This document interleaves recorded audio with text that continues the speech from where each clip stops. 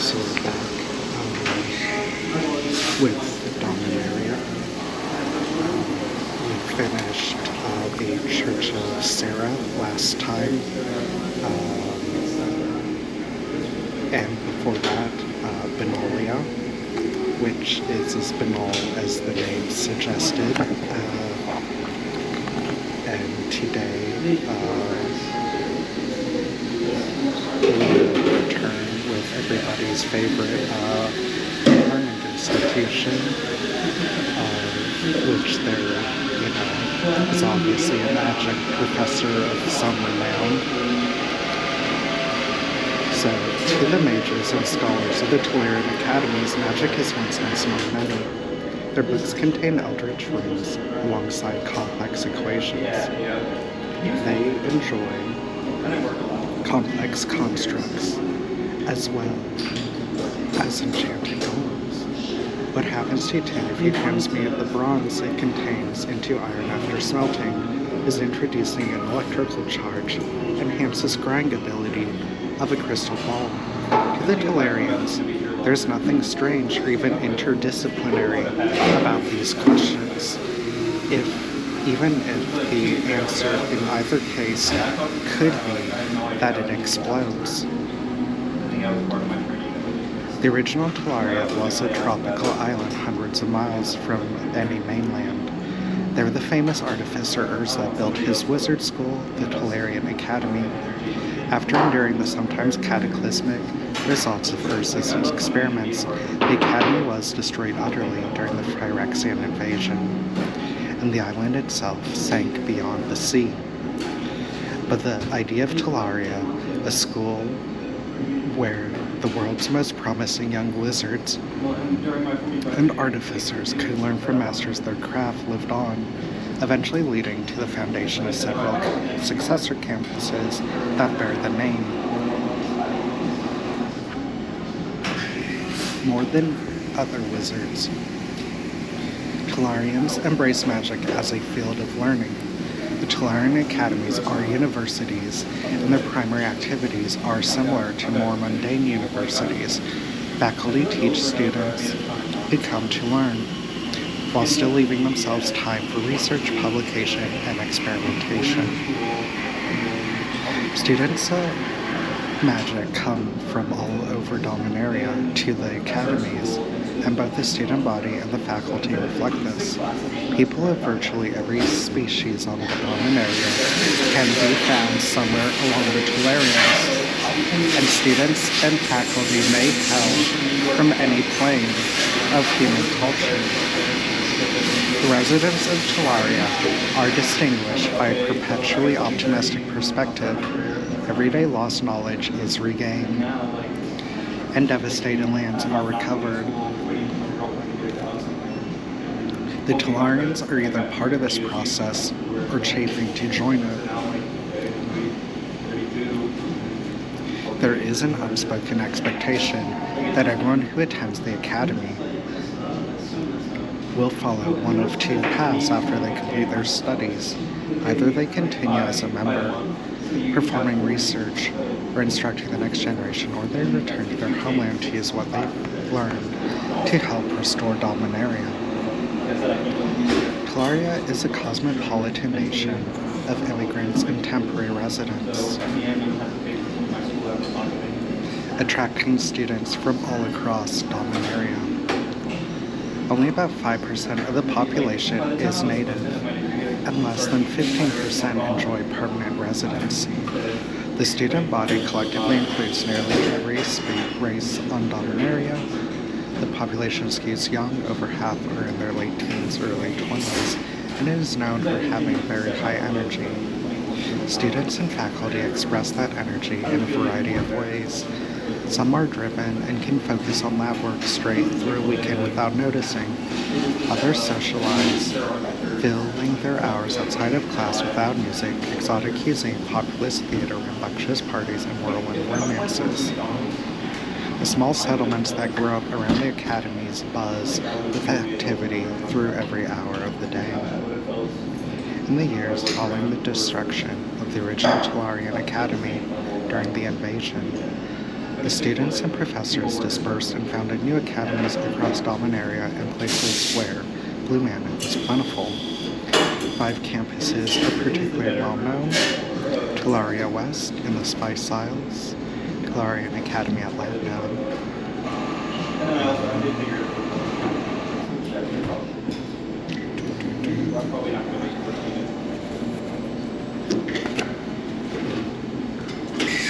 well, that, I don't know how far the distance between west and east is that isn't covered on the map, but it looks like Latnam is not that far from west, and Arona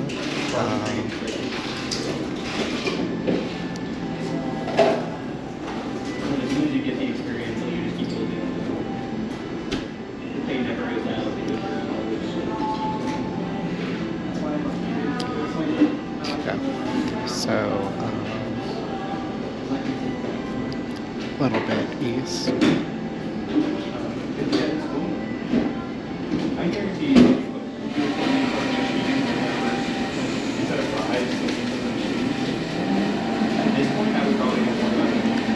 The Shadow Academy, hidden among the other campuses, is a secret network called the Shadow Academy.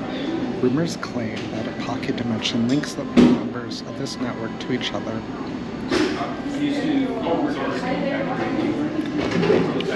Each campus exists in a different environment, but all share a marked indifference to the particulars of that environment. Every campus is laid out in geometric and mathematically precise arrangement when viewed from overhead. Where the landscape obstructs that master plan, the Tolarians find ways to build over it.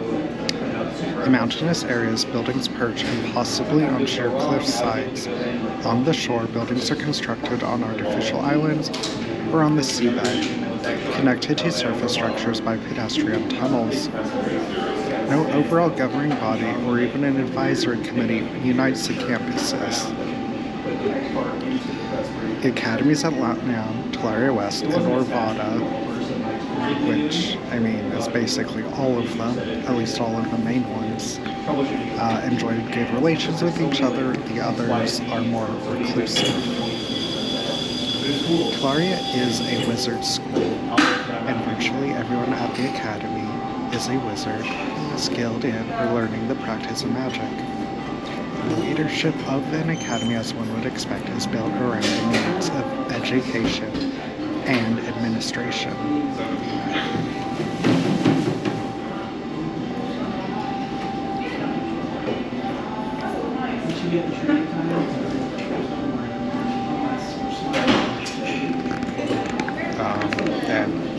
It looks like more or less any university you might expect as far as that goes. Magical barrier called the perimeter completely surrounds each campus. This is not a crude physical wall, though there are some walls for show with sophisticated array of wards, cantrips serving a variety of purposes. Some are scrying spells that alert Tolarian gendarmes when someone who is not a student or faculty enters the ground.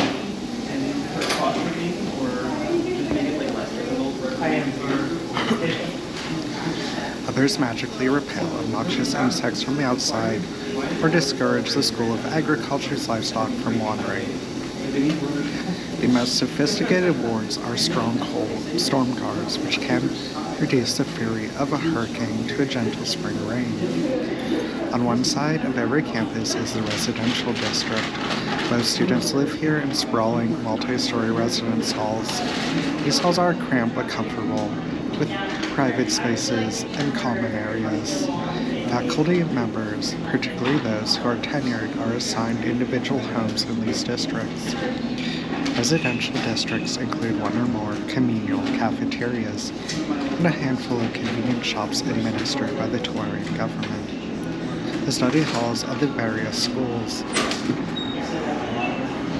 occupy the central educational district of the campus. These buildings can vary greatly in form and function, from cavernous halls to cramped and overfull library, from vast clockwork orreries that track the movement of the stars, ocean currents and ley lines, to the cramped and cluttered offices of the dozen assistant vice deans in the Department of Rhetoric and Letters. Administrative buildings, including the Chancellery Bursar's Office and Registrar, are located at the heart of the educational district. Unlike schools in other parts of the world, the administrative buildings of Tolaria are often the least impressive.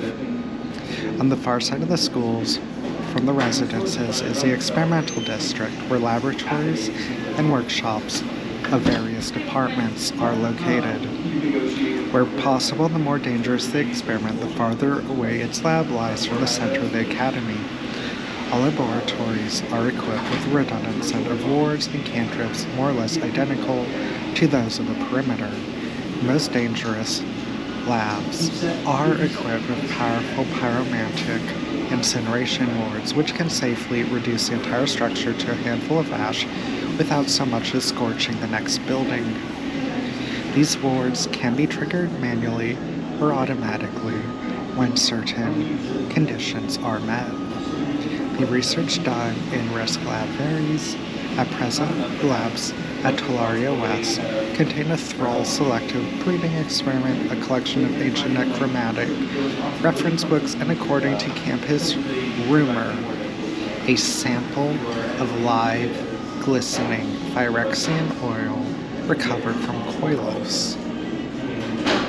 Have more knowledge than if something doesn't work out,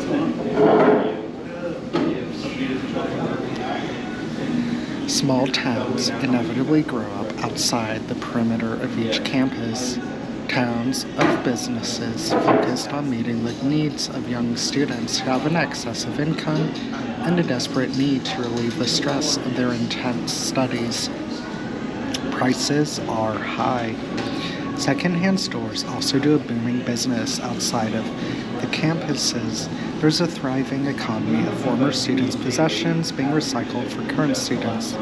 It's also widely known that students make an excellent dumping ground for unidentified and damaged curios from previous ages of Dominaria. Anyone who digs up a piece of junk can sell it to a student who hopes to recover a lost art of magic or at least acquire a nice conversation piece.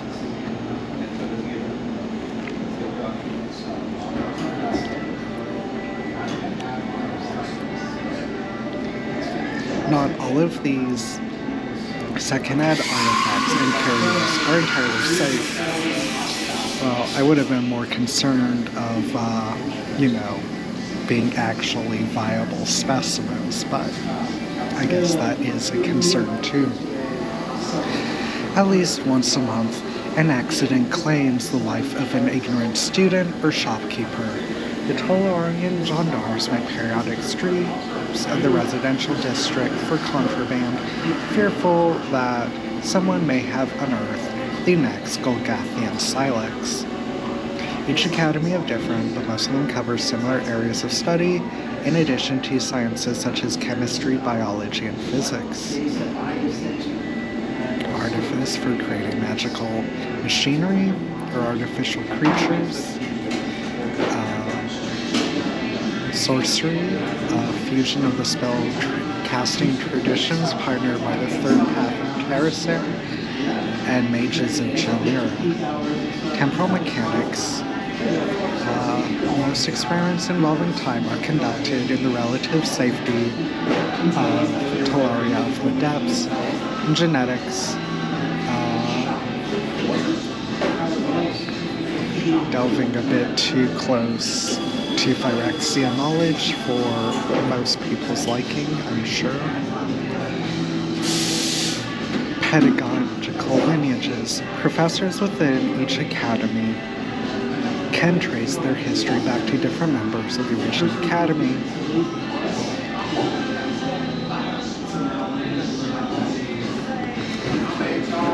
Well, I really don't know anyone except for Urza, so...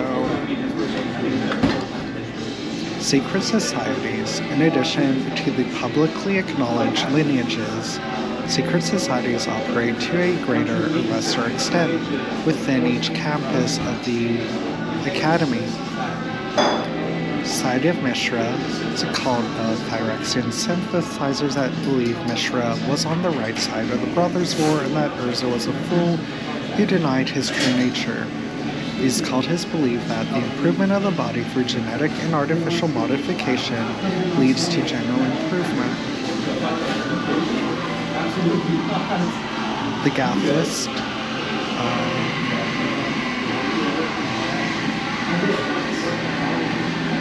looks like they do a lot of human experimentation. Students are bound by a code of conduct that covers matting from integrity to the colors they may paint residence walls. Infractions, when noted, are presented to a board of voluntary, anonymous, tenured faculty for assessment and may result in punishment ranging from fines to expulsion. A student who objects may request a hearing to present their views. A student union represents the interests of non-citizens before the chancellery, but its role is advisory. Faculty members also have a code of conduct.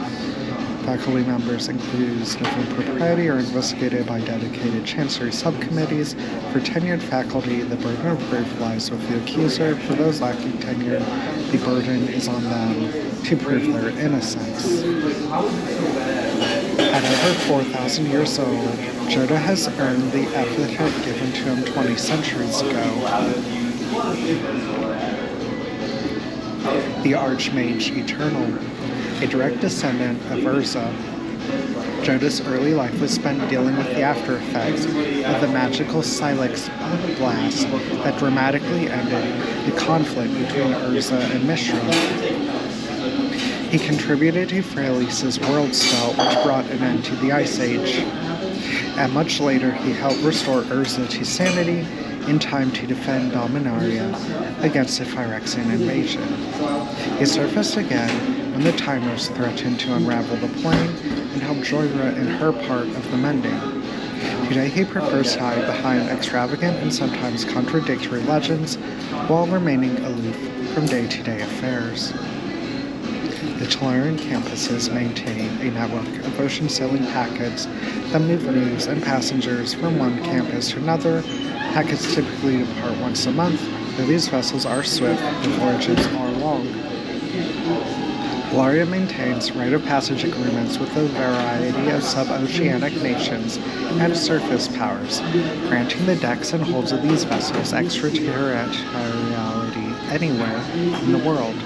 Sneaking aboard a Tolarian ship to beg sanctuary is not uncommon, but Tolaria values neutrality and access to other lands above all else, so asylum is rarely granted. The primary source of income per Tolaria is tuition. Nobles and merchants pay exceptionally well for their children to attend a campus. As a rule, no amount of money can secure a position for a student with no magical aptitude. Financial aid for less affluent students usually takes the form of the patronage by the ruling class of their home region.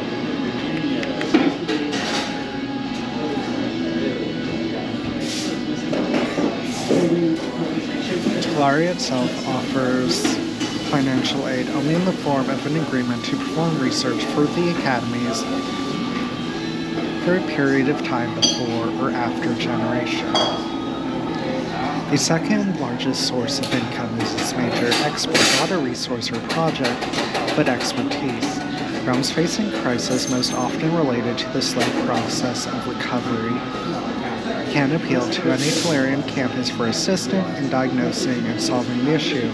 For appropriate recompense, Tolaria is happy to provide any level of support, which might include library access, consultation, or even on-site intervention.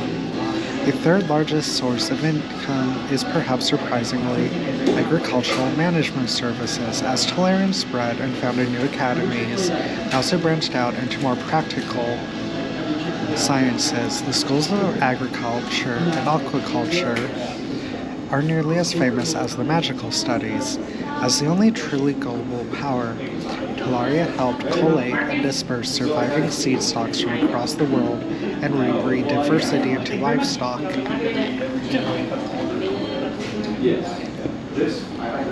Tolarian campuses produce no material resources. Moreover, they have limited and highly specialized industrial facilities. There is no such thing as a miner, blacksmith, or weaver. They must import the tools that allow them to build their superior and more specialized devices. Thanks to the agricultural schools, Tolaria has managed near self-sufficiency in terms of food. The various departments of each campus are spaced out by green belts and artificial ponds that serve as laboratories and food sources.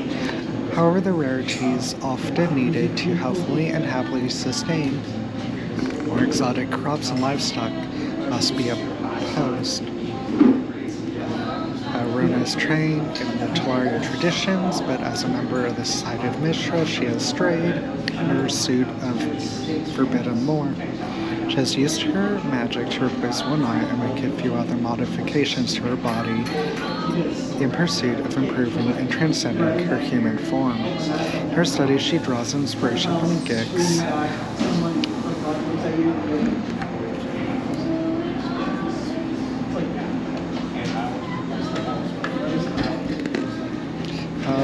we're gonna try and bulldoze through this section as well. Dominaria is home to many continents and many different species.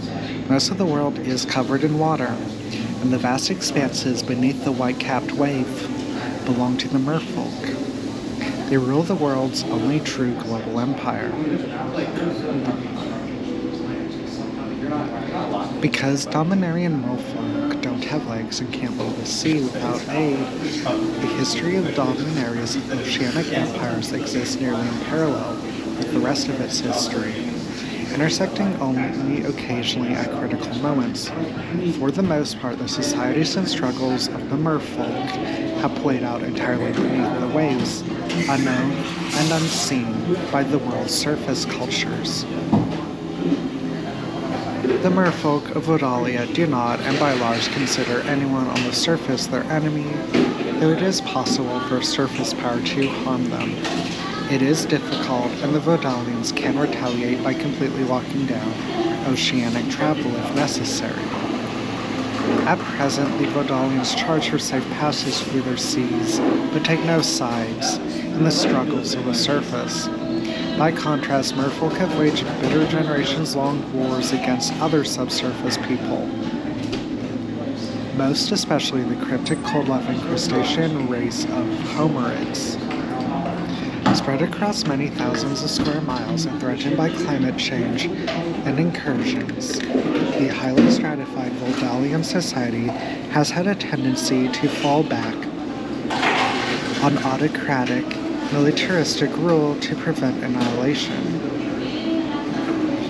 In peacetime, however, autocracy has led to adventurism, economic strain, and oppression. Multiple times artists and intellectuals have revolted against a failing government, usually by leading their followers to found colonies elsewhere, which themselves eventually succumb to autocracy and spawn their own rebellions. The overwhelming majority of Vodalia's population are merfolk.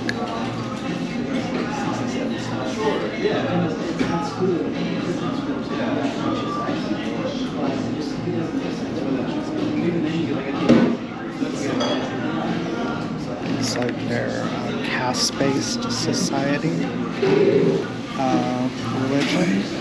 Vodalia is one of only a few places on Dominaria whose religion does not center on a planeswalker.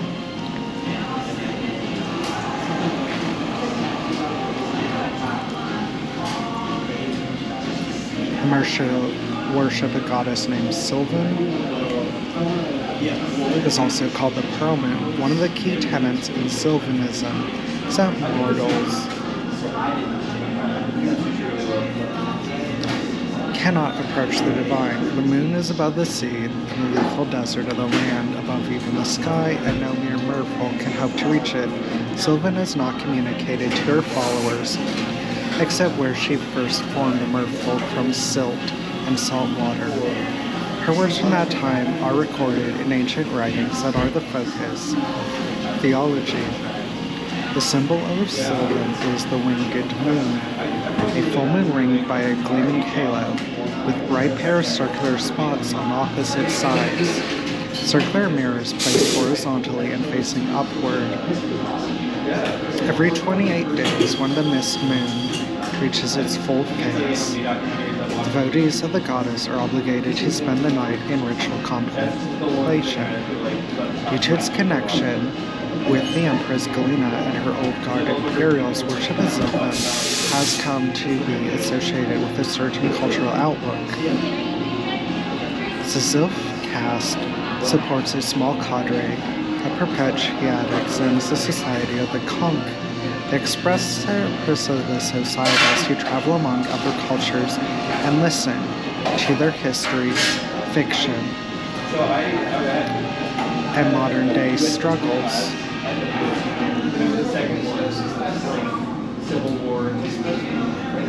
In the wake of invasion and the many, Vodalia has one distinct and enormous advantage. For all the powerful magic the world has to offer, the seas of Dominaria are still the primary medium of communication and trade between nations.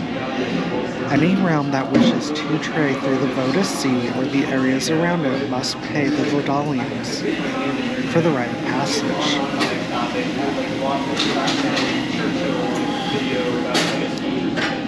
Some pay the Vodalian government to escort their ships or to speed their passage using magic to bend winds and currents. Vodalia is also a major source of food for the surface nations of Dominaria. The thriving industry of aquaculture has recovered quickly from the invasion and remained isolated from latter catastrophes. Thus, the Empire produces more food than it needs, even after decades of government programs encouraging population growth. Vodalian society is fundamentally torn between two cultural outlooks, both rooted in the Empire's history. One perspective is militarist, regimented, conservative, and autocratic. The other prefers diplomacy and more progressive, less rigid attitudes towards social institutions.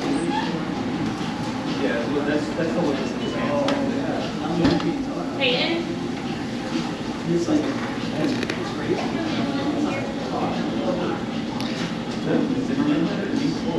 Vodalia has traditionally resisted close ties to any surface power, but the growing strength and ambition of the Cabal and Herbal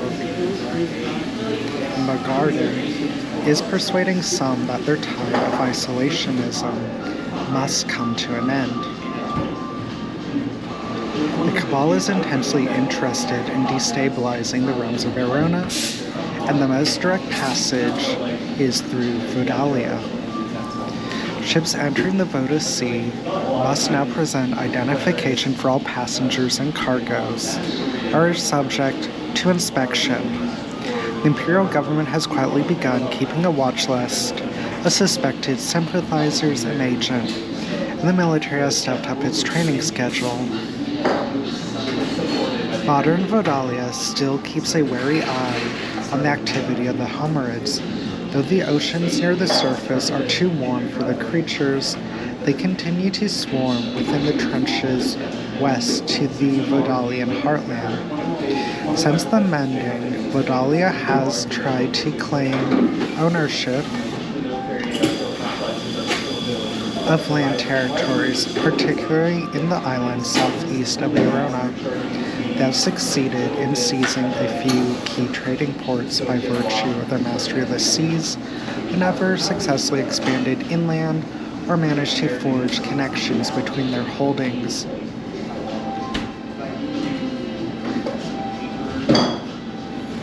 Nothing's really changed. Cold War didn't end. I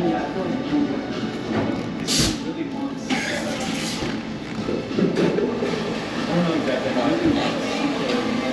I feel like there definitely aren't as many cars anywhere, but you can't say that they're right then. We're gonna go ahead and end there for today. Not sure when we'll be picking this up next. But it looks like we'll be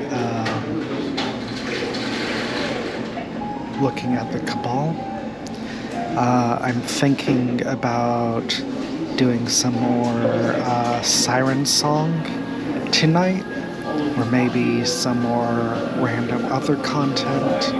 We'll see.